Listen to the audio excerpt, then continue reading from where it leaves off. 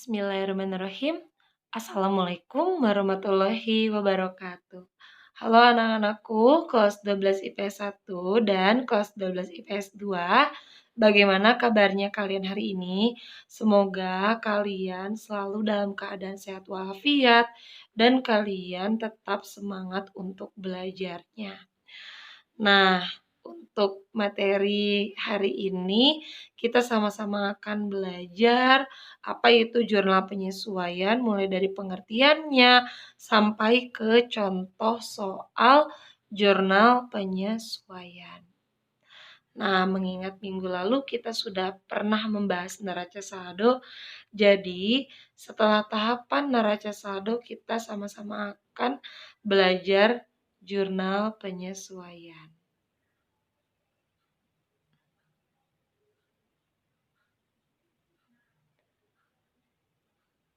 Sebelum memasuki contohnya, kita lebih baik mengetahui terlebih dahulu apa itu pengertian dari jurnal penyesuaian. Jadi jurnal penyesuaian ini adalah jurnal yang berfungsi untuk menyesuaikan akun-akun sehingga menggambarkan keadaan yang sebenarnya. Jadi pada intinya adalah jurnal penyesuaian ini adalah jurnal yang memang dibutuhkan ketika ada data penyesuaian yang memang tidak dicatat di neraca saldo. Jadi data penyesuaian ini memang sangat dibutuhkan nih biasanya transaksi-transaksi yang memang tidak tercatat di sebelumnya, jadi harus disesuaikan, begitu. Dan, kemudian akun-akun apa saja sih yang biasanya membutuhkan jurnal penyesuaian? Di sini ada 6 poin ya. Yang pertama ada pemakaian perlengkapan, yang kedua ada penyusutan aktiva atau harta tetap, yang ketiga beban yang belum dibayar, yang keempat pendapatan yang masih harus diterima, yang kelima beban dibayar di muka, dan yang keenam yaitu pendapatan diterima di muka.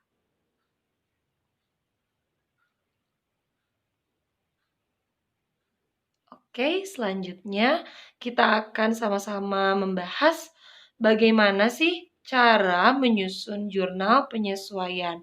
Jadi, berdasarkan 6 poin dari akun-akun di slide sebelum ini, kita sama-sama akan mengetahui bagaimana cara menyusun dan mencatat jurnal penyesuaian dengan baik dan benar berdasarkan akun-akun yang memang diperlukan untuk dicatat di jurnal penyesuaian. Nah, akun yang pertama yaitu pemakaian perlengkapan. Jadi, pemakaian perlengkapan ini adalah biasanya perusahaan itu memakai perlengkapan sesuai dengan periode akuntansi yang bersangkutan. Nah, biasanya nih perlengkapan ini ada yang nggak dicatat pemakaiannya seberapa besar. Nah, ini kita harus dicatat nih di jurnal penyesuaian agar perusahaan tidak bingung. Pada akhirnya sisa perlengkapannya ada berapa seperti itu.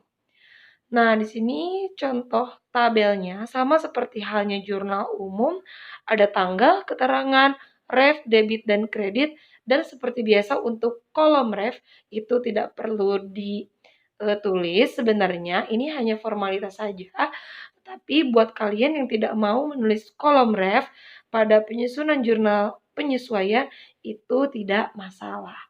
Nah, untuk keterangannya di sini kita tulis beban perlengkapan yang di debit dan perlengkapan yang di kredit. Nanti kalian tulis rupiahnya nominalnya berapa, disesuaikan saja dengan soalnya. Seperti itu. Selanjutnya untuk yang nomor 2 dan nomor 3 sama halnya dengan nomor 1.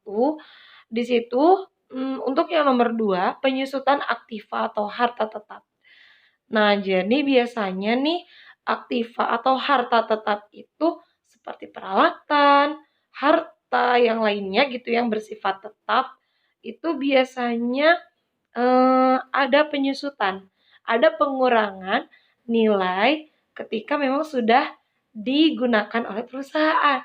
Contohnya nih, kayak peralatan berupa mesin. Nah, biasanya mesin itu kan sama perusahaannya pasti digunakan. Nah, ada masa pakainya, terus nilainya juga tidak sama seperti saat pertama kali membeli. Jadi otomatis nilainya akan menyusut, seperti itu. Itu penyusutan ya. Nah, untuk, penyusutan aktiva atau harta tetap, bagaimana cara mencatatnya di jurnal penyesuaian? Nah, kita tulis nih di keterangannya, beban penyusutan peralatan di sebelah debit dan akumulasi penyusutan peralatan di sebelah kredit. Nanti nilainya menyesuaikan saja. Lalu yang nomor 3, beban yang belum dibayar. Nah, biasanya nih untuk kasus beban yang belum dibayar ini, contohnya kayak beban perlengkapan atau beban-beban lainnya, beban iklan, beban sewa, atau beban gaji. Misalkan nih, karyawan belum digaji di akhir periode, di akhir bulan ternyata ada karyawan yang terlewat yang tidak dibayar upahnya. Maka kita tulis nih di jurnal penyesuaian harus dibayar. Nah, contohnya di sini keterangannya ya, beban titik-titik, misalkan kalian tulis beban gaji atau beban sewa atau beban iklan, sesuaikan saja dengan soalnya. Utangnya juga sama, utang gaji, bisa utang sewa atau utang iklan dan lain sebagainya. Nanti kalian tulis juga debit dan kreditnya sesuai dengan nominal yang ada di contoh soal. Selanjutnya nomor 4 yaitu pendapatan yang masih harus diterima. Nah, maksudnya apa sih pendapatan yang masih harus diterima? Jadi biasanya nih kasusnya kayak konsumen yang memang baru bayar setengahnya gitu. Biasanya seperti itu. Nah, contohnya kayak perusahaan-perusahaan jasa gitu, dia baru bayar setengahnya konsumennya, tapi perusahaannya atau apa ya, company-nya tuh sudah memberikan jasa. Nah, otomatis masih ada dong pendapatan yang masih harus diterima oleh kita, oleh perusahaan, maka itu juga perlu dicatat. Nah, bagi konsumen itu utang, maka bagi produsen atau perusahaan itu dianggapnya sebagai piutang. Jadi lawannya utang adalah piutang, yaitu tagihan. Jadi piutang itu sama dengan tagihan.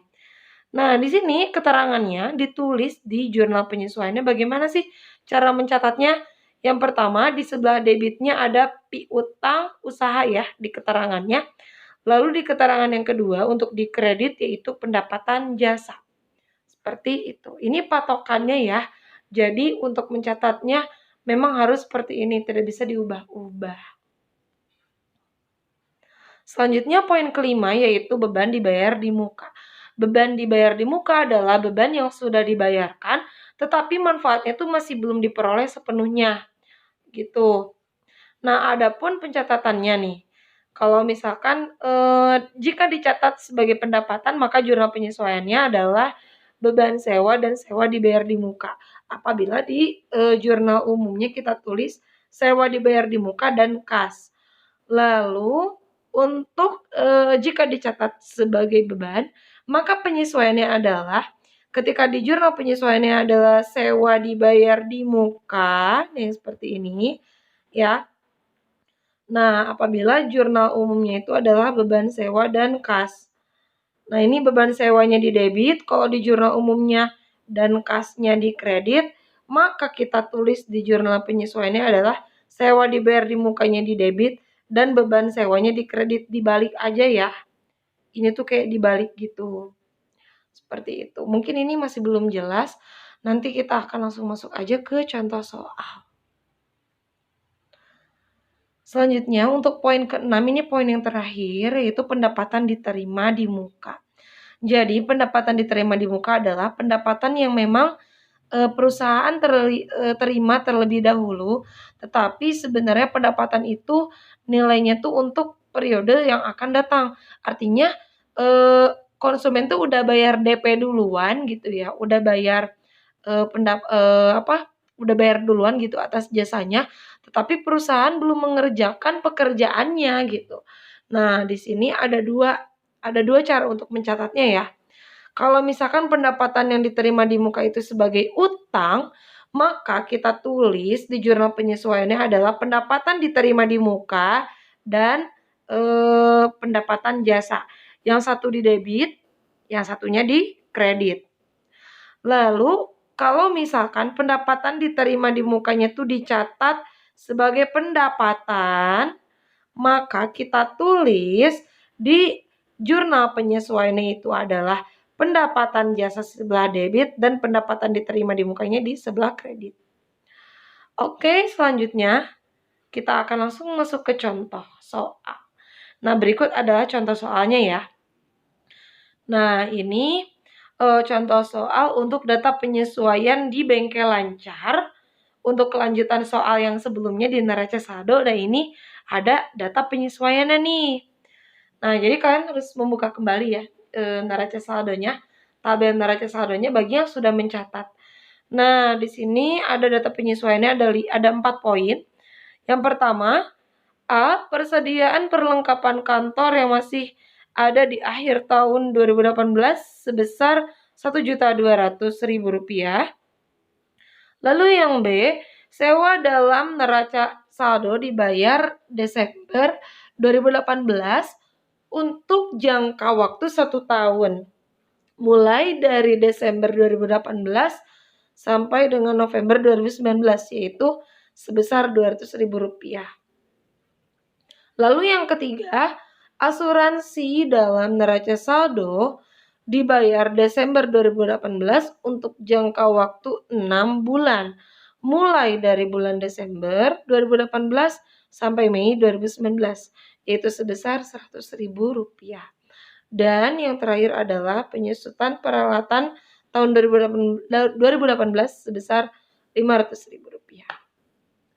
Nah, dari data penyesuaian di slide yang sebelumnya, maka jurnal penyesuaian itu kita tulis seperti ini. Kurang lebih ya, seperti ini. Nah, jadi kalau misalkan tadi nih, untuk yang persediaan perlengkapan kantor, masih ada 1.200.000.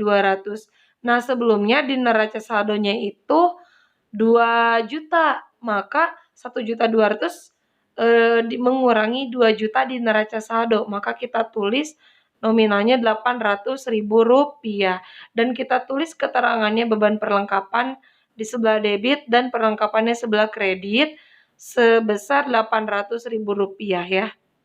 Lalu untuk yang nomor 31, untuk transaksi sebelumnya beban sewa dan sewa dibayar di muka pun sama. Ini menurut cara pencatatannya ya, Rp200.000 debit dan kreditnya. Dan untuk yang bawahnya juga sama, beban asuransi dan asuransi dibayar di muka, ini Rp100.000 sesuai dengan soalnya. Lalu untuk beban penyusutan peralatan dan akumulasi penyusutan peralatan, untuk di debit dan di kreditnya juga sama, Rp500.000. Nanti kita jumlahin nih, ternyata telah kita jumlahkan itu sama ya jumlahnya, harus sama ya, karena namanya jurnal itu harus sama agar balance ya atau seimbang, yaitu Rp1.600.000. Oke, mungkin itu saja yang dapat Ibu sampaikan pada hari ini. Untuk pertanyaan-pertanyaannya bisa kalian tanyakan lewat grup WhatsApp untuk khusus pelajaran ekonomi kelas 12 IPS. Seperti itu. Jangan lupa kalian untuk mencatat semua materinya di slide ini. Nanti dikumpulkan dan semoga kalian bisa memahami sedikitnya atau banyaknya dari materi pada hari ini. Dan semoga ilmunya juga bermanfaat. Amin ya rabbal alamin. Terima kasih yang sudah menyimak video ini. Mohon maaf apabila ada kekurangan.